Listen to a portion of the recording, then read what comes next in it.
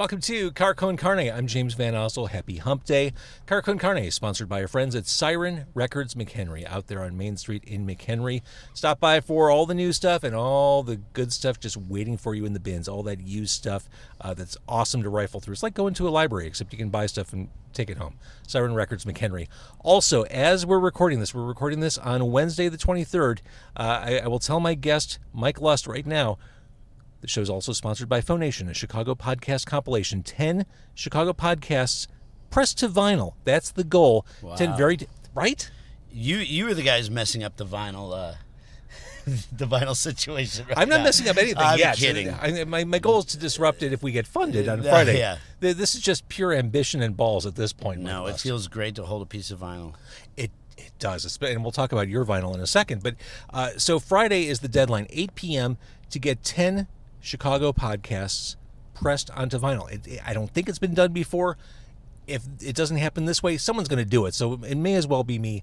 10 very different Chicago podcasts, including Think 180, the podcast where Chris out there at Ink 180, the tattoo shop in Oswego, does tattoo cover-ups for victims of human trafficking, people trying to get out of the gang life. He talks about that in his podcast. I listened to a little of that today. Did you really? Yeah, I saw that and I was like, ooh. So I checked it out for a couple minutes, but then I dropped it because I was like, ooh, it's heavy stuff. Yeah, it's. I'm getting back to it. I'll get back to it. Yeah, this dude like goes to prisons and stuff.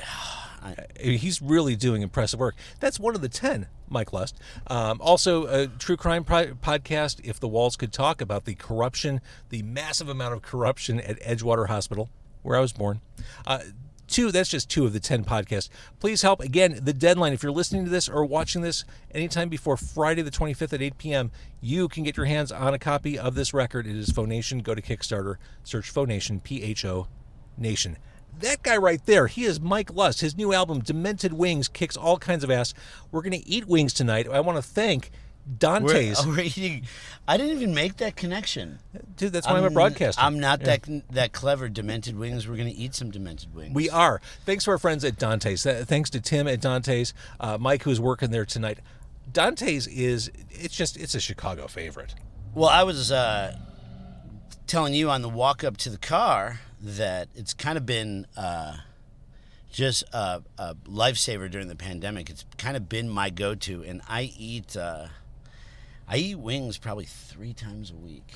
See, I was wondering, they just kind of prepared a bag of food for us, and it included wings. And in my wildest dreams, Do you like wings? I love wings. But have you ever eaten wings in a car during a podcast? Because that's like messy eating. Oh, I've had soup in the car. I've had ribs in the car. Okay, at this point, you've done what, 250, 300 episodes? At this point, well, including all the stuff I did during the pandemic, I think this is episode 625 or 626. Oh, shit, 625. I know. I've been doing this for 7.5 years. So do you do this nightly? No, although this week, yes, but no. Okay. During the pandemic, when I was doing it from home, I did it every night because it was a way to keep the podcast aloft and it was a way to keep me busy. But it is highly impractical and difficult to do this in person at different restaurants every night. Yeah, that would literally be a full-time job, which would be cool if it were a full-time job. But at this point, this is still the side hustle. Yeah, I want you to pardon me if I have more questions for you tonight. I would love it. Than you have for me, because I grew up in Berwyn. Mm-hmm. And then I moved to Chicago. I moved down to the city in 96. But do people ever come on the podcast and tell them, you're the voice of their childhood? I've had people say they listened to me. Yeah, you're certainly not the voice of my childhood because we're closer in age. But I definitely there is a point in my life where I knew the name James Van Osdell, and I knew your voice. Like hearing it now is in the confines of a car is a fucking trip. Can we swear? Yeah, it's a podcast. Okay. Yeah. Fucking A, Mike. But so I'm a kid in Berwyn coming up on Q101. So I don't want to ask you too much about Q101 if you don't want to talk about it, but that was such a huge thing, and especially Nevermind comes out when I'm, I think, 18. Sounds about right. Yeah, 91, because oh, shoot. Don't do the math, people.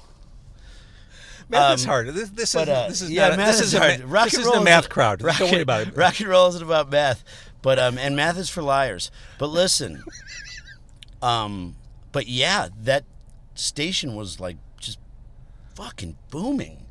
It was the right place at the right time. And for my career, it was the right place at the right time. It certainly was. So what years were you there? Oh God, I was there I started as an intern in 1993. Okay, so you're right in the pocket there. Right in the pocket. My first full-time job, my first job there was November of 93, and then I was at the station from 93 until December of 2000, then back again in 2005 to 2006, and then back again like 2010, 2011. So 10 years total at Q101. But were they like, did you keep coming back because they're like, this guy's the part of the DNA? Yes and no. Okay. It was weird. I wrote a book about it. It was a strange time. Oh, I gotta get that book. I should have done like my my Letterman type research. We're here to talk about you, but I also want to talk about Dante's because they were generous enough to provide their amazing food. I love Dante's. They provided slices. I don't even know what kind of slices. Yeah, should we open it up? And they provided wings, which, to your point, this will be treacherous to eat in the car. Yeah, but we're gonna do it. Yeah, there's a level of even if it's a mess, and people. I know you can see me. I have a very ZZ Top like beard. I was gonna say you can catch whatever falls. You can catch in your beard. It's true. But in closing, that your voice is like tripping me out a little bit right now. I gotta say. Ooh, pepperoni. Sure, I'll take a slice of pepperoni, unless there's something. You want to hold that for something better? No, there's something not as favorable for you. There are 2 slices of pepperoni. Do you eat pepperoni? Yeah, I love pepperoni. All right. Let's eat some pepperoni pizza. Mine will be a little more challenging.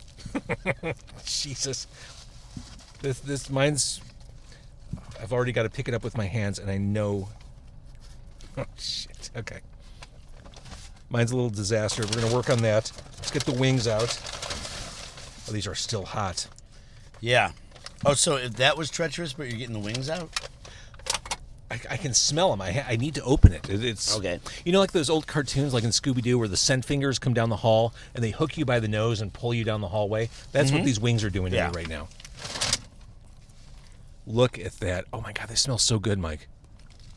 They do. They've been I swear to God, James, they've been my go-to the entire pandemic. Oh my God! All right, so I mentioned Demented Wings is the new album, the solo album from Mike Lust. You may know Mike Lust from Tight Phantomz or back in the day, and we'll talk about the 90s. We'll talk about Lustre King. Okay. But this is your solo record. What is the coolest song on the album, and why is it Centipede? Oh, I saw you reply to that Dennis Buckley post, which made me smile so much because I don't know if I know him. Dennis is the lead singer of 80. Oh, I know that. I mean, I know the backstory, but aside from that, I don't know him very well. I know, John from Paper Mice, who plays drums for them, and of course I know their old drummer Glenn Porter, and. So yeah, I've known about, and I'm a Fireside kid, so I've known about 88 Fingers Louie, like all my life. But I can't. And Dennis, forgive me if we. Well, here's the thing. But I found out, my publicist Katie lived with Dennis. Oh, I didn't know that. I didn't even know that. So he's probably they were roommates. So he's probably getting bombarded with these silly Mike Lust posts, and so he. Well, Dennis is also, of all my friends, and of all previous guests on Car Carney, he is a legit, no bullshit about it, music fan. Okay. That dude listens to everything. He is, I look at him as one of our modern day curators, and curation's a topic I keep coming back to. People who you can trust, who are sincere. He is a music curator to me, and he turned me on to idols, which I'll forever be grateful to him for. So if he's a fan of your album, which he is, and Dan Santeria I know is a favorite of his. Well, that was really sweet of him to say that the record was damn near perfect. Because Katie was like, he doesn't say things like that. Yeah, he's a punk. Yeah, exactly. But But that felt really sweet. And then I saw your comment about Centipede, and the next day my sister sent me a post, or not a post, I'm sorry. My sister sent me a text about Centipede, and... So Centipede is an instrumental. It is an instrumental, and it's only an instrumental. Well, do you want me to tell the story of that song? Yeah, sure. So... By the way, we're going to spend more time talking about this album and your career than it takes to actually listen to the album. Like in the time it'll take you to finish that pizza, you can listen to the entire album. 10 songs, 25 minutes. A good walking album, people. If you're going out for a walk tomorrow, be it a dog, be it to the bar. That's right. Be it to work, put it on. Demented Wings, Mike Luss. It's 25 minutes, and it will start on your way out the door and be over when you show up to work. It's so good. By the way, speaking of so good, I'm eating this. There's no easy way for me to eat this because it's been folded over. Dante's, you got to fold. This is the cheese. There's a sweetness to this. Ooh, a couple Bernese Mountain Dogs walking by. Sorry, dog fan. Oh, yeah. Those are beautiful. And two. As if one. I have one at home. She's the most stubborn. Really? Yeah, the most stubborn dog you'll ever meet. How old? She's 3. Oh, my God, baby. A baby. She's actually tiny. She's like 65, 70 pounds, which in burner poundage means she's very, very small. Well, she must be fucking cute. She is. She very much is. All right, so anyway, we're talking about you, not dogs. Okay. And pizza. Yeah, the pizza's awesome tonight. Thank you, Dante's. Centipede. Years ago, a girlfriend made me a mix CD, and it had this Brigitte Bardot song called "Contact" on it. It's a Serge Gainsbourg composition. Okay. And the bass line is just boom, boom, boom, boom, boom, boom, boom, boom, boom, boom. And you know these goddamn algorithms on Spotify and such. Like, I love waking up every Monday morning and there's like, they made you a new, they made you a 30-song folder that they think you might like. And god damn it, if they're not spot on sometimes. Like, oh, Mike, remember you liked this Built to Spill song when you went through that breakup? And I was like, God, yes, I did. Do. Yeah, uh-huh. And they're like, you want another version of Wichita Lineman? I'm like, yes, I do. They're like, do you want another version of This Guy's in Love with You by Burt Bacharach? I'm like, yes, I do. So, but that Brigitte Bardot song shows up in my Discover Weekly. I'm like, you bastards, man. You remember. Yeah, they know too much. Yeah, you're inside my brain. So, during the pandemic, or let's not even call it the pandemic, let's call it the situation. Mm-hmm. So during the situation, I was going to the studio every night. I started to find the story arc of this record. I kind of... Did you set out to make a solo album? Or were you thinking this would be like a full band? I always knew I would make a solo album. And then Tight Phantomz, my... the band I'm in, Tight Phantomz, that I think we've been around for maybe 16 years or so now. I've been the constant throughout various lineup changes, but this time we started to feel like more of a band, and I started to feel like I shouldn't put all these, like, we're making a record too, slowly, and I felt like I should leave off some of these auxiliary songs or these interstitial songs that just don't fit with the band we have now. And makes sense. I thought it would be great to do a Mike Luss record, or not necessarily a band record, because I wanted to reach a broader audience. Sometimes when you're a band called Tight Phantomz that's been around for 16 years and there's a Z at the end of the name, people are just like, all right, that's a hard rock band. I know what that is. I don't need to check it out. Was the Z meant to be tongue-in-cheek? No, I mean, it came off that way, but it was honestly genuine. I just thought it would look more badass on some kid's notebook. That's amazing. Like, I really envisioned it on some kid's notebook.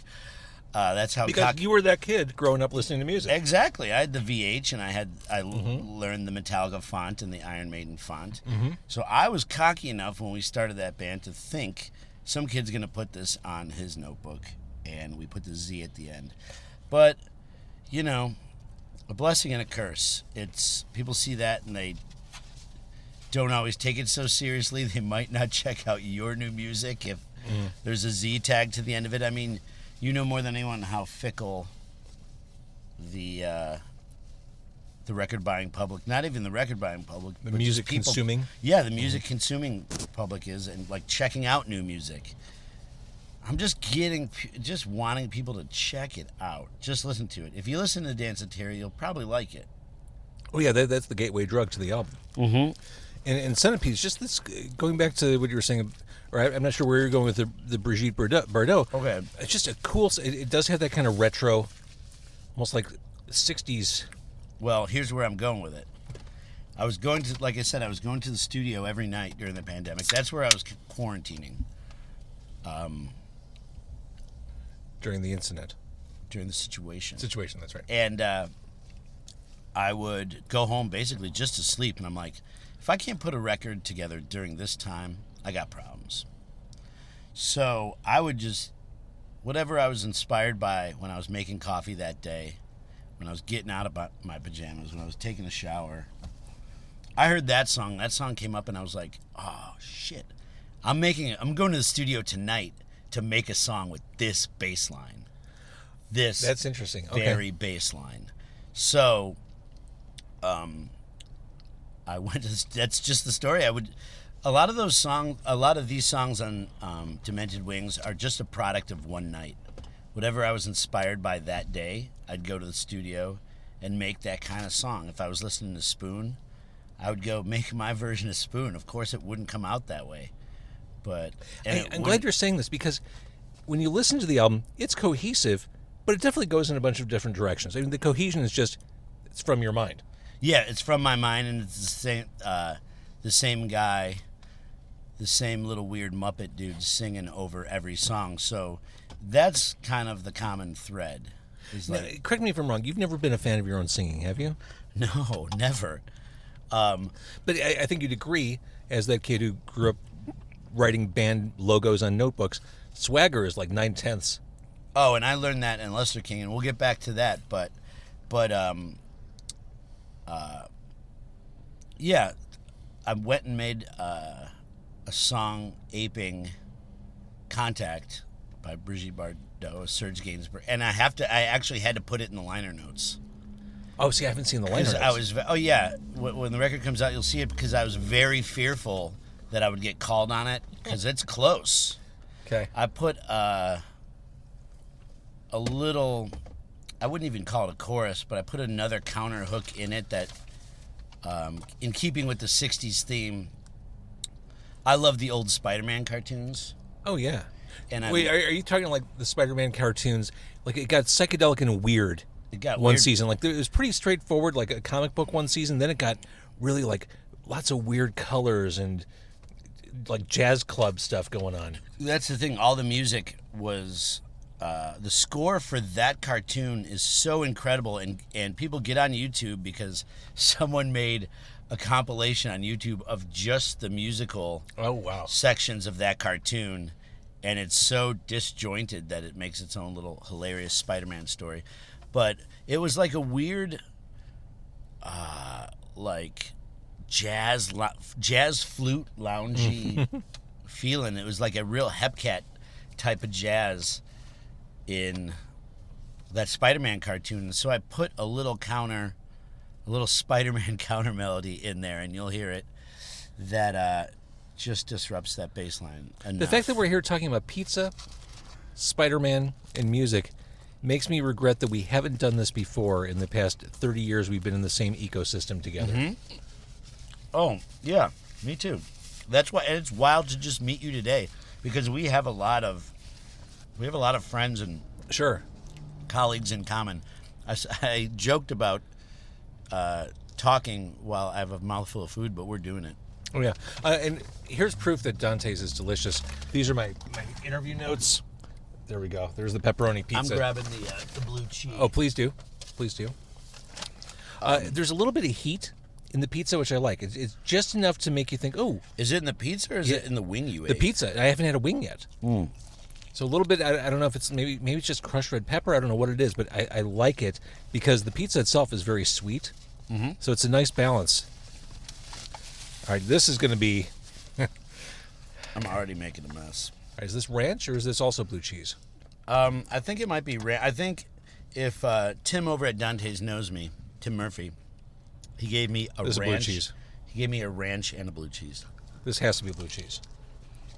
Do you like ranch? I'm fine You with want both. to swap because this actually has an R. Oh, that's fine. If you're more hardcore blue cheese, you can do blue cheese. No, I'm not. Okay. I mean, Tim is just nailing me tonight, though. Look at this. This is not going to be an easy thing to eat. Oh shit! I forgot we were eating on camera. Well, that's why I do this podcast. Conversation is much easier over food. People tend to not pay attention to what's going on. It's a lot more relaxed. Why the car is the vessel? Kind of a long story.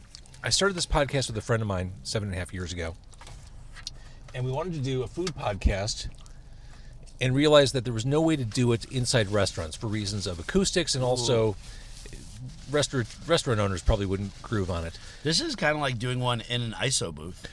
That's where I'm going with this. He is a voiceover artist, and he said, whenever I'm not near my home studio and I have to do an audition or cut a voice track, I always travel with my mic and my laptop, and I just jump in my car because the closest thing I can do to being in an ISO booth at home is the car.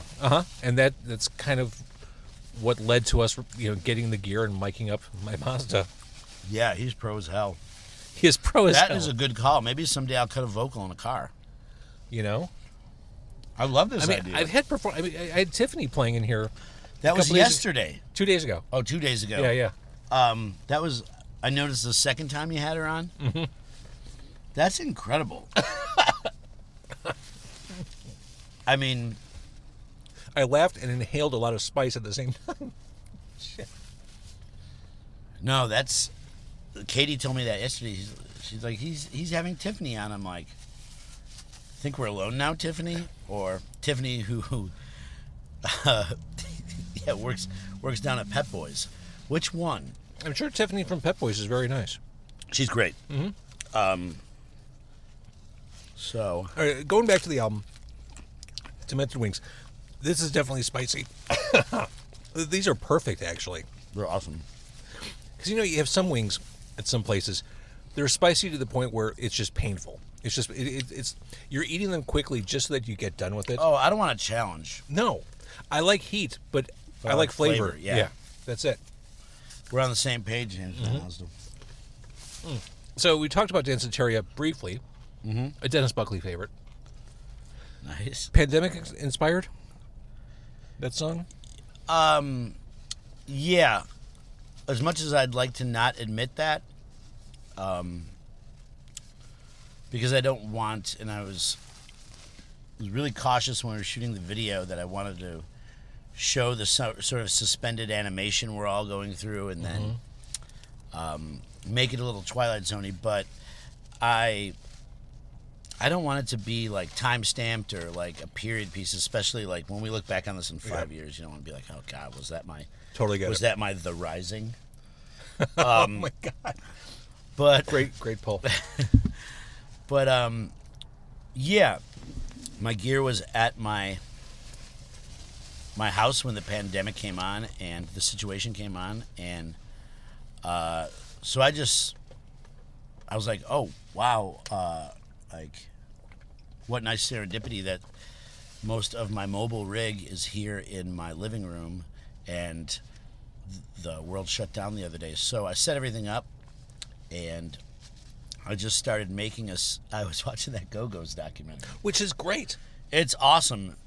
It's so awesome. I still am paying that damn Showtime fee every month because I just got it to watch that.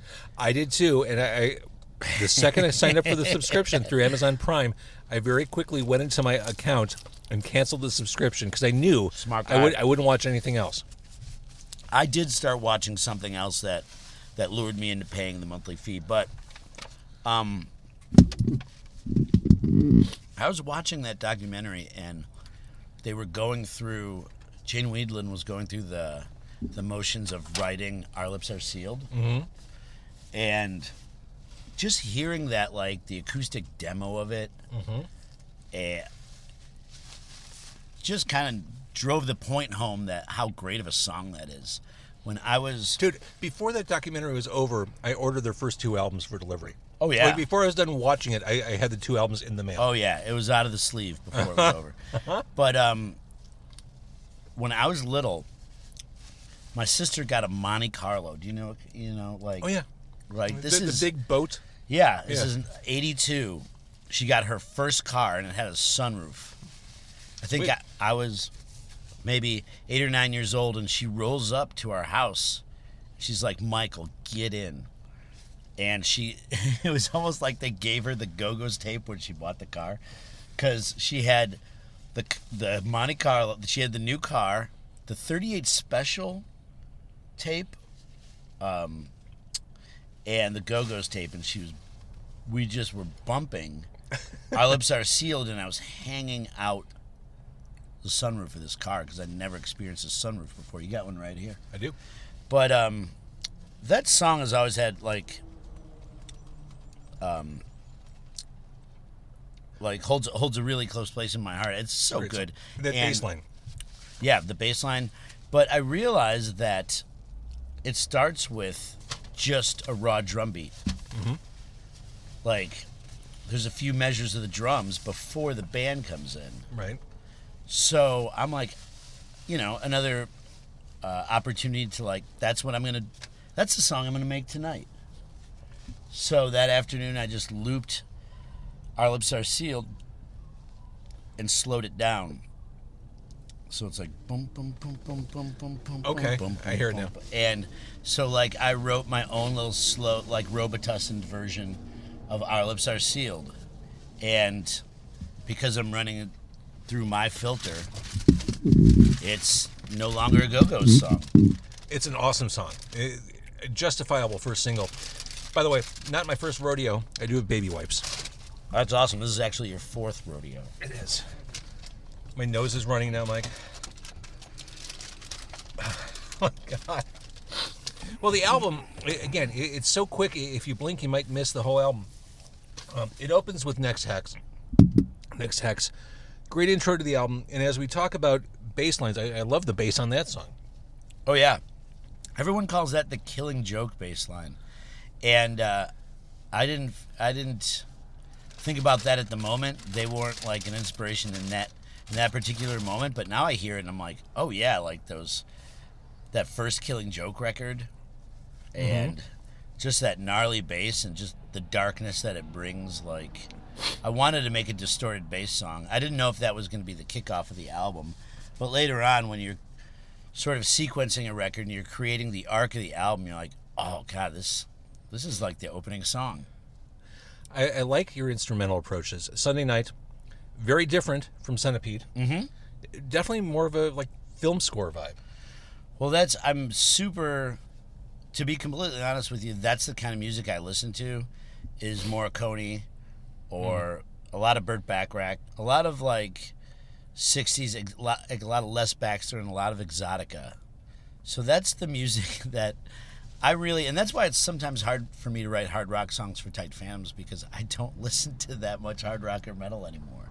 So it made more sense for me to make a solo record based on the kind of music that I like, sure, or that I listen to. I mean, I still love hard rock and metal. I've been obsessed the past 2 days with listening to Scott Ian from Anthrax's book on Audible. Oh, I have that queued up in my Audible list. Yeah, I had to like, I'm the Man. I'm the Man. I had to stop to come see you, but so yeah, that instrumental.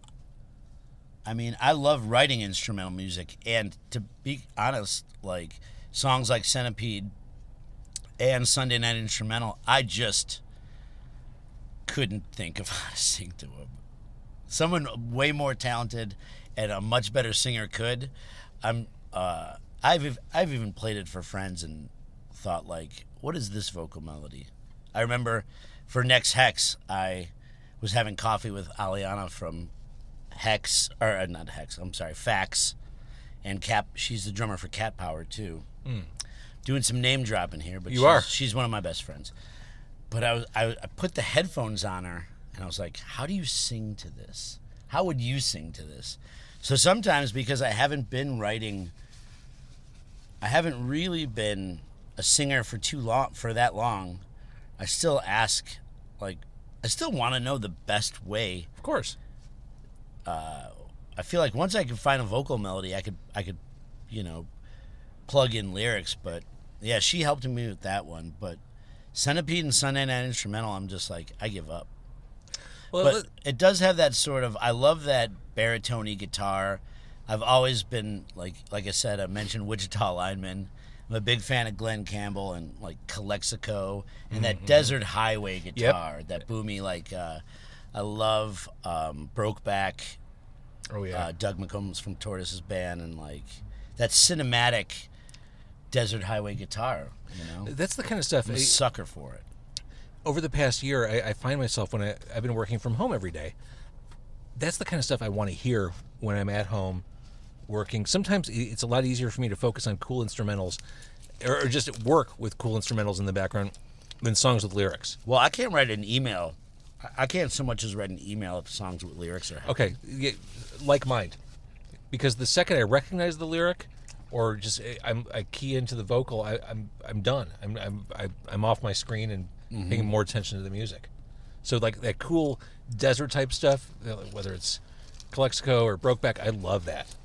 And I love like I said before, the story arc of an album. I like having little interludes. Totally agree. I think sequencing an album is a lost art. In a world where everything is a la carte, I think it's a lost art. Well, as a recording engineer, it's my favorite part of making a record with somebody. Is like, all right, we got the first song and we got the last song. We know that. Let's plug in. Let's make a story out of the movement of this album. I love that. That's always been really important to me. And when we did this tight Phantomz record called Silk Prison, it's 36 songs, 2 discs, 18 songs a disc, 18 songs an album.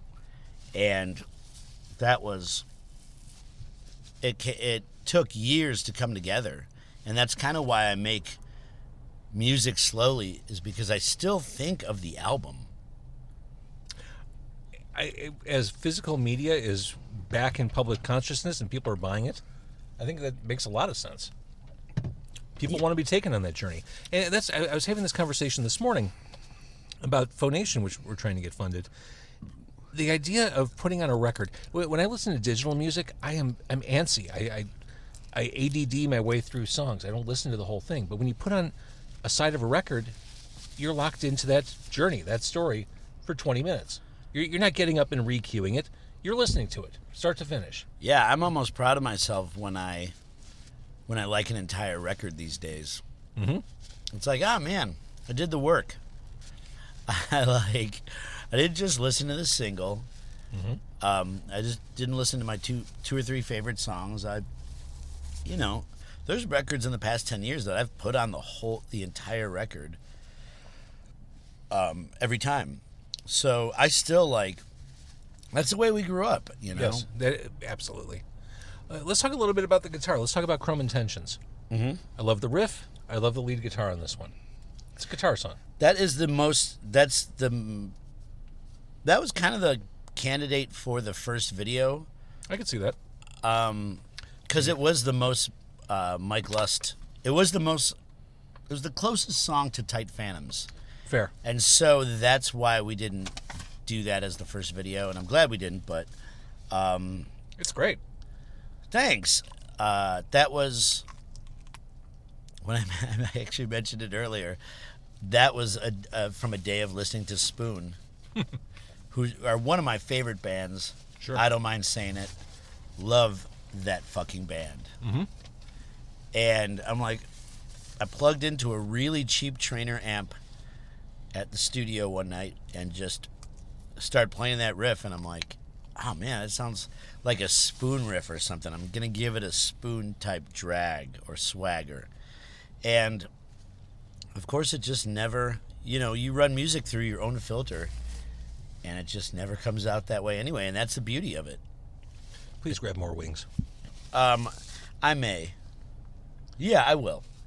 Promise? Before the interview's over, I will have a wing or two. Okay, I don't want to be the one eating all the wings. No. You're the wing guy. Please enjoy the wing. No. You're the I'll be your wingman. You're the Demented Wing guy. So the new album, Demented Wings. Here. First round of vinyl already gone. Second round is up for grabs now. It is. That's so cool. It's so cool. I was so happy, especially from a life of toiling and obscurity. For the first pressing to sell out the day of the release, made me feel really good, and then to have my label say we got to think now, we got to act on it, we got to do a second pressing, and I was like, wow, this is wonderful. I felt, last Friday when the record came out, I felt like on a little bit of a natural high from. And you should. Someone caring. It's awesome. Well, I appreciate that, but I'm just, like I said, I'm from a life of toiling in obscurity, and I've worked so much on other people's music. Right. That, I don't know, you're just surprised when, I think, I often think of this quote in that Wilco movie, where Jeff Tweedy says, he's like, every record we make, people are like, this is going to be the record. This is going to be the record. And he says, they say that every record. Especially with that band. Yeah. Yeah. But no, it's true. And he's like, it never really turns out that way. But it's, so yeah, I set my bar so low now with things. And I think that's just a healthy thing for me to do. Manage expectations. As they say in the corporate world, you're managing expectations. Sure. But I mean, you've been in the orbit of independent music, as mentioned, since the 1990s. Yeah. You've done it all for different bands, Lustre King, Tight Phantomz, solo. You've engineered stuff.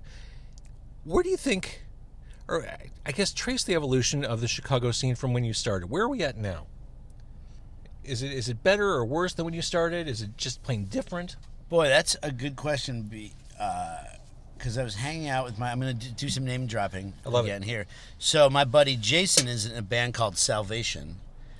Awesome band. I played him on the radio. I love it. Yeah, I produced their last helped produce their last record, and called Year the Fly. Such a great record, and I'm not just saying that because I was a part of it. No, these guys write the songs, and they're brutal, and they're heavy, and they're frightening, and they're menacing, and they're everything I love about heavy music. So we were having this discussion today.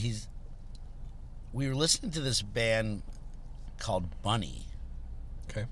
From Chicago. It's like capital BNNY. And he's like, I think you would love this. And we talked about like more ambient, like female vocals like Grouper or early Angel Olsen stuff. And I was like, yeah, you're right. I do really like this. And then we started talking about the new Meat Wave. And then we started talking about this band Dim, and we just went through all these bands that we really love in Chicago right now, Fax being one of them. And we kind of stopped ourselves and just said aloud, holy shit, it's a really good time in Chicago music right now. And it's honestly always been a good time in Chicago music. I mean, I've always felt like if you're acting, you go to LA, and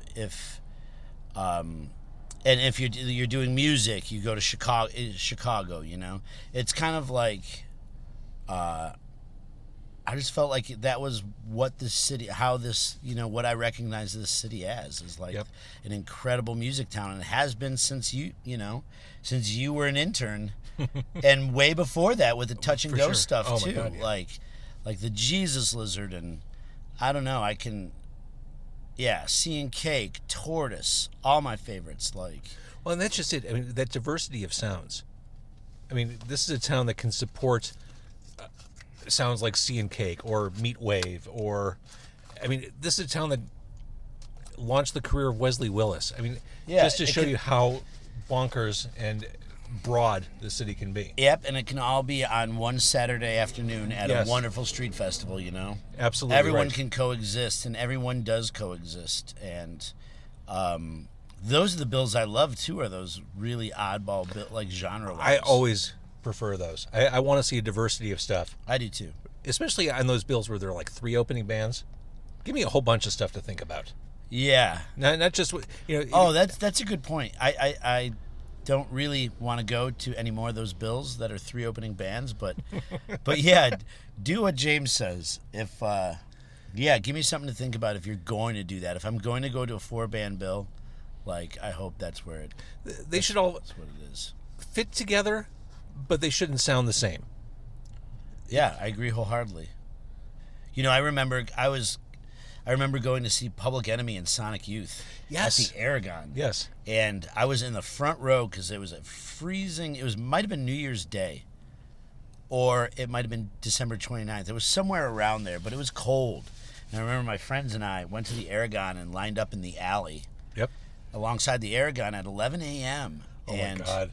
they opened up the Aragon and we darted to our seats and saw fucking Sonic Youth and Public Enemy.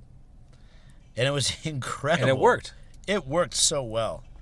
And yeah, and saw Anthrax and Public Enemy, and I can't remember. There was another thrash band on that. No, it was Primus that was on the Anthrax Public Enemy bill. Yeah, that's variety. Yeah, Jesus. totally. And like I was kind of weaned on that stuff. Not weaned, but I was kind of like brought up on that stuff. Like, yeah, I like that diversity. It's in my music. It's in the flow of my album. You know, it still spills into, you know, it's in my DNA. It still spills into how I sequence a record. Like getting back to how I sequence a record, and the way I write. When we first started talking tonight, I mentioned swagger, which is like 9/10 of the law, or whatever the metaphor is. Swagger is really important in rock and roll. In the 90s, here in Chicago, swagger was defined by Urge Overkill. Yep. At the time, you know, the people who hung out at Rainbow or wherever derided Urge for being careerists who weren't as authentic or pure as the people who are toiling at Empty Bottle every night. That's neither here nor there. What's interesting is you came to work with Urge. You did Rock and Roll Submarine with them, I right? did do Rock and Roll Submarine with them. I still listen to Mason Dixon. I think that's a badass song. I'm sorry, guys. Remember, that was my call to start the record off with that. It's a great song. It's an awesome song, and I didn't. You know, the funny thing, the way that record came to me is, it came to me like in a shoebox. There was like a song that they recorded in a friend's basement. There was a song that was recorded in this. There was 6 songs that we originally did basic tracks at my studio, Phantom Manor. So it was kind of a hodgepodge of. There was, I think, a solo Ed song that was a 4-tracky quiet song called The Quiet One. And so I was kind of in charge of curating that record and putting it together so that it flowed, because it was really recorded on so many different platforms. So it was a challenge. As much as those guys are a wonderful challenge, as much as I love them, and I love them all personally, like, holy cow. I had to go to Mexico when that record was done. I literally booked a trip to Mexico when it was done. Working on that album was actually work. Oh, yeah, but it was also, like, it was really rewarding, and, you know, sometimes you'd get a song like Mason Dixon, and it's the two of them both trading off singing. It's the classic Urge power chords. Yep. It's the classic Urge swagger. And I was like, guys, this has to start the record. Like, Yep. Oh, God, I want to listen to that right now. And So good. so that was so much fun. And I was honored. I was truly honored to do that. And, you know, I wouldn't trade my late nights with Nash Cato for anything. Well, I can only imagine. That's rock and roll stuff right there. It was really wonderful. I love both those guys. The dude that played drums, his name was Brian Bond, we called him, but he was in the Cherry Valance, if you remember that band, like North Carolina stuff. He was in Polvo when he was playing with when we were making that record. So, and Haji, the bass player, was in Gaza Strippers. So, they were Gaza Strippers was Post Digits. Yeah, Post Digits. Yeah. What was that guy's name? Rick Sims. Yeah. Yeah. So it was just a hodgepodge of personalities in the room, on top of those two guys who are a wonderful handful. And Nash is just a cult of personality. Yeah, I'm truly blessed to have spent that time with those guys. So, meanwhile, back in the present, your new album is 25 minutes of swagger, invention, interesting directions, and flights of fancy, and it all fucking works. Demented Wings is the album. You can. I love the idea of buying a physical copy, supporting. Go to Bandcamp, buy a record, or your website. I don't personally have a website. How about Bandcamp then?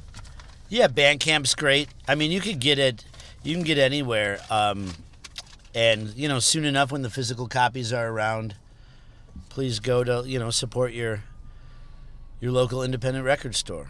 So here we are. We've emerged from, what are we calling it? The incident, the problem? The situation. The situation, sorry. We've It's emerged. here. We're recording this at the end of June. What's your summer look like? Are you going whole hog with this? Are you working with other bands? What's your plan? I'm doing all those things. So I've got a lot of projects in the works, helping other bands get their music done, get their music produced. Salvation, who we talked about, we're working on some new stuff. Great. Just real Chicago Fire Engine, kids. Yeah, that's the real thing. Uh-huh. That is not a soundbite. That's not a wave file. That's not an Correct. MP3. I didn't just push a button on my Roadcaster. Yeah. I just finished mixing some Dianoga the other night. Dianoga. Yeah, that's going to be for... Wait, I don't even think I realized they were still active. They are, I used and to that love was... it. There's this festival that happens every year called the PRF Barbecue. Okay. And right now it's it's still a virtual festival, and so we did some stuff at what's the coffee? Not Metropolis Coffee. Yeah, Metropolis. Yeah, we did a session in their roasting factory, 4 songs. Get out! My God, it smelled so good. I talked to Jay a year or so ago, and he's a wildly creative, intensely talented dude, far beyond music making. Oh yeah, no one can touch him. No, for real. Like, he sort of reinvented the poster art game. He did in a cute, cuddly kind of way. Yeah, you know, one furry little creature at a time. Yeah, no, he's fantastic. Actually, during the pandemic, one of my favorite conversations was with him because doing it over video, we were able to show his gig posters and have him talk that's cool. about them. Yeah, I love doing that and kind of picking his brain as he's showing like cool Hum posters. I'll have one downstage. more wing for you, James. Okay, thank you, thank you. I feel better. All right, so you're working with Dianoga. Yeah, there was the aforementioned band Fax. We just did a film.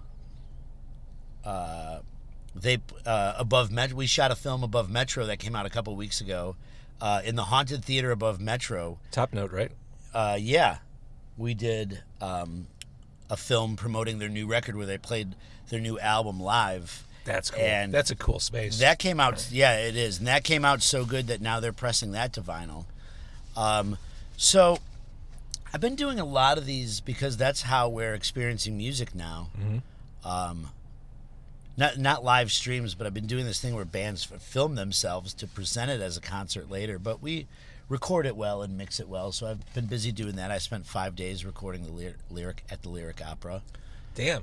doing I bet that was 12 or so opera singers doing Italian love songs. That was the gig of a lifetime. That was incredible. I can't even fathom what that's like. It was breathtaking. But this summer, Were you out of your comfort zone, or was it just? Yeah, but I'm always out of my comfort zone. That's where I have a cot there. I stay there all the time.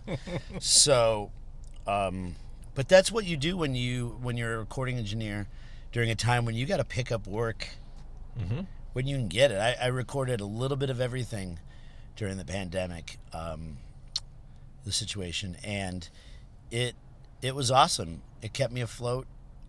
Barely, but it kept me afloat, and that makes me happy to hear. I made some really great music, and this summer I've making some really great music for a lot of people, as well as finishing the companion piece to Demented Wings. All the music's done. But the big thing we're doing this summer is we're putting a band together to play Demented Wings live. There it is. You buried the lead. Last night, my musical partner, Stephen the Kid Howard, he's in a band, you might know him from Pinebender. Oh, yeah. He's my musical partner in Tight Phantomz. Are you basically the Kevin Bacon of Chicago music? Does everyone everyone is connected to you in so many steps? In some way, yeah. And I never boast, but when on a quiet afternoon when I'm taking a walk, I'm like, Jesus, I've done like a little bit of everything. At this point, I know everyone and have worked with someone in some capacity or, so. The key to being, one key to being successful in a city like Chicago is just don't leave. Keep working and don't leave. Yeah, persistence. I'm a lifer. Yeah, exactly. So. I'm so much of a lifer, I'm doing a radio show in my car now. Yeah. This is gross. That's part of the fun. I have to take this out of my mouth because I took a big bite while I was really onto something. But I'm never really onto something. I always ramble. But I took a big bite and it was just all bones. Yeah. So, and, when you eat chicken wings, you're going to hit that point if you're not paying attention. Other podcasts don't give you that kind of action. Yeah. But that's the Carcon difference right there. But yeah, I'm a lifer. Like I will bartend. I'll stand at the door. I'll do anything to keep making music, to keep this going. I have zero fucking pride. That's not what it is. No, it's not what it is. I just love it too much. I just need to do it, and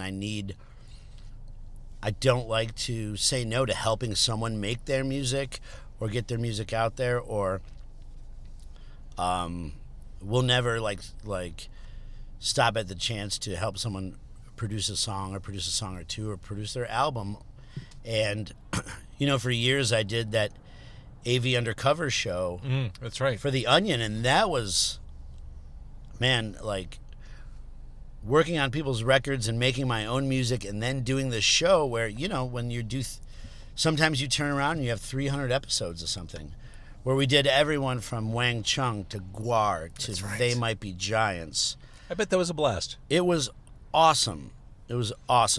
And so I've never really stopped working, and I've gleaned something from every single session I've done. And that's what I was going to say. As an engineer, you're learning stuff. No matter how accomplished you are, you're learning every new person you work with, every new artist, you're picking up new stuff. Oh, yeah, and you bring it to your music. Yep.